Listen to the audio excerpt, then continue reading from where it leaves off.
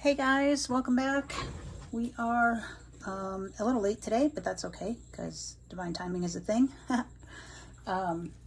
So I haven't yet decided. I was thinking about doing tarot today, but I feel like we're just going to work with some oracle cards. So I got this new deck in Sedona.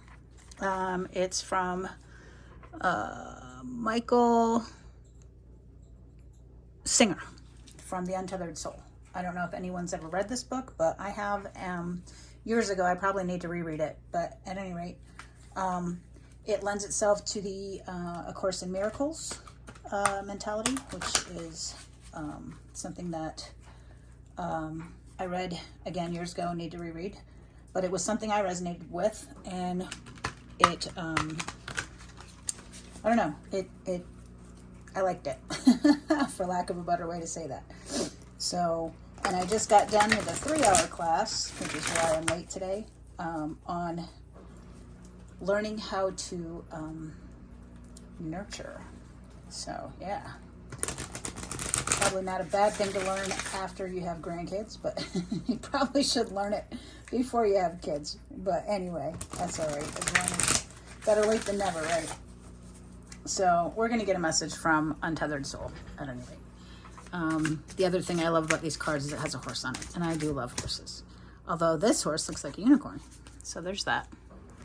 But anyway, let's see if we can get a message. There we go. All right, Spirit's chatting with us today. So the message is going beyond. You must go through the darker night in order to get to the infinite light. What we call darkness is really the blockage of light. So that's funny because this actually lends itself to the class that I took today, because the class I took was, there's a little statement in there, and I'm going to steal it, and I can't remember who to give credit to, so I do apologize, but these are not my words. And it is molecules to miracles. So when you look at the darkness, like for example, let's take, I don't know, anything, right? We always pick out the negative, right? We forget to look at the smaller positives within that big negative. So they had us do this exercise with words, right? So if someone calls you, say, a liar, you know, that's a bad thing, and that's a negative thing, and so forth, and you told a lie, and that's a bad thing.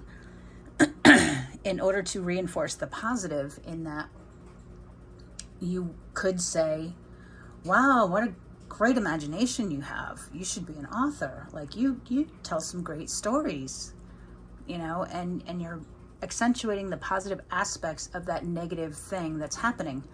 And I feel like that's what this card is saying. And I feel like that's the message that we need to get today, guys.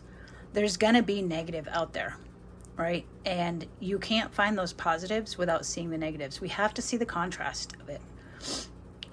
When we see the darkness, we're literally not even recognizing the light positive aspects of the situation, right? It does take a lot of creativity to tell a good lie, you know, and those liars probably are the ones that grow up to be the best-selling authors, you know, of fiction novels. I'd be curious to see if Stephen King was a liar when he was a kid. But anyway, yeah, think outside the box, guys.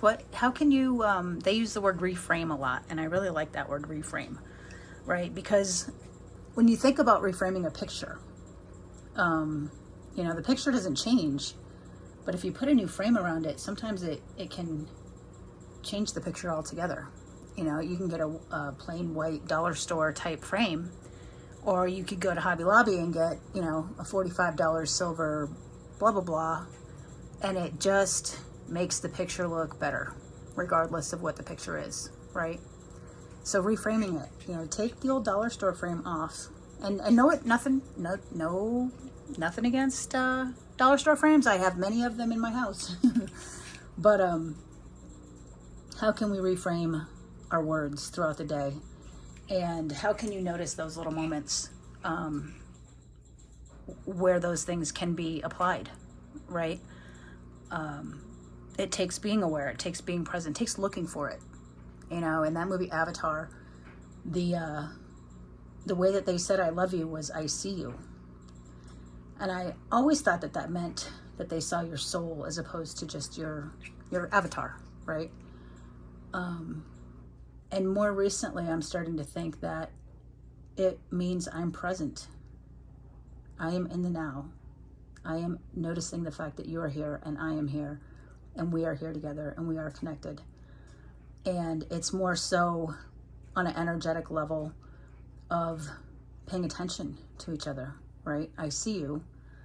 I'm paying attention to you. And it's funny that I used pay attention because the instructor today in my class was talking about energetic currency. You know, if you thought of your energy in terms of, you know, $20 bills or $100 bills, how would you spend it? Would you want to spend it fixing things, or would you want to spend it buying new things and being more positive about it? What are you going to give your energy to? You know, the little kid that's having a tantrum, are you going to give your energy to the tantrum itself, or the fact that he's so intense and passionate? And put your energy on the positive aspects of those things, right? They say energy goes where energy flows. So whatever you're giving energy to is what you are going to reinforce in the way of behaviors in other people. It's a lot to think about, and the class just ended, so I probably need to do some journaling about that, but I feel like that is the message that we needed to hear today.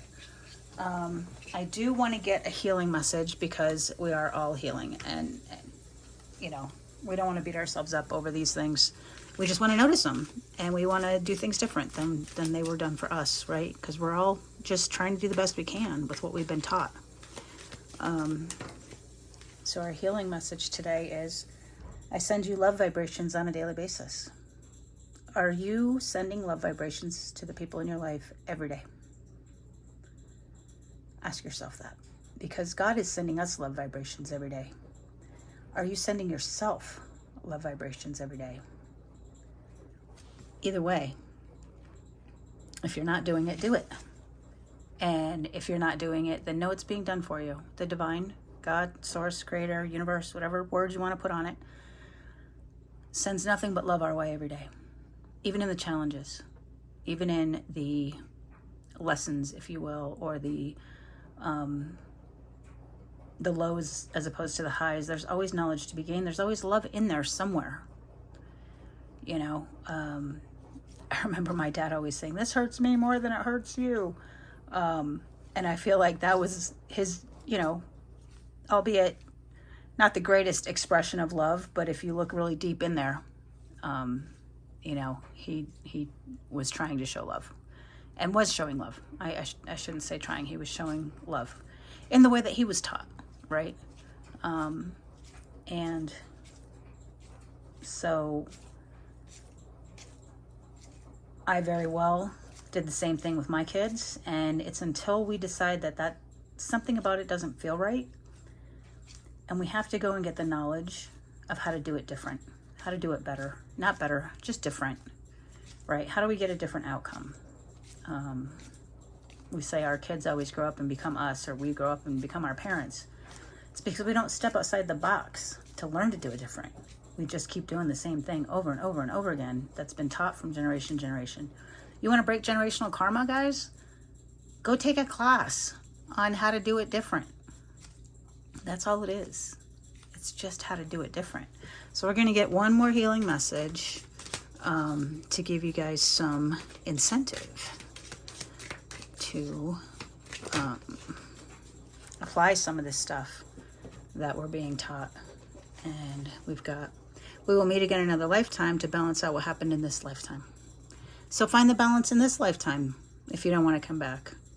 But either way, we're going to keep coming back over and over again until we balance it. Can't be all light, can't be all dark. Guys, find a lesson, balance the karma, and move on from it. Every time you think of me, it's because I'm thinking of you first. So that brings me to a completely different idea, which is, ooh, they fell. Sorry, guys. I know I got to get my little stands back up. So they say that that's how you can telepathically know about people, right? If you suddenly just randomly think of a person, it's not random. It's because they're thinking about you.